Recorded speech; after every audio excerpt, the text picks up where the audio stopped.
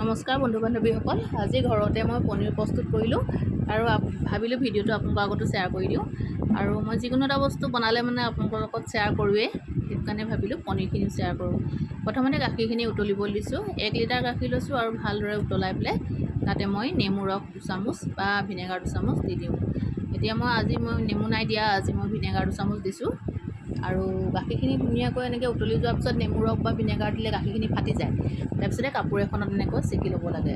এতিয়া চাওকচোন, এতিয়া কাপোৰখনত ধুনীয়াকৈ এনেকৈ চেকি লৈ টানকৈ বান্ধি কিবা গধুৰ বস্তু এটা ওপৰত দি পেলাই থৈ দিব লাগিব ঠাণ্ডা হ'বলৈ।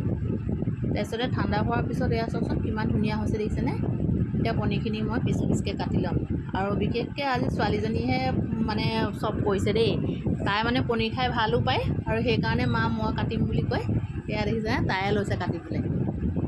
এয়া চাওক পনীৰখিনি কিমান ধুনীয়া হৈছে আৰু ঘৰত বনোৱা পনীৰখিনি বহুত বেছি ভাল হয়। আৰু গাখীৰখিনি একেবাৰে ঘৰৰে গাখীৰ, গৰু গাখীৰ।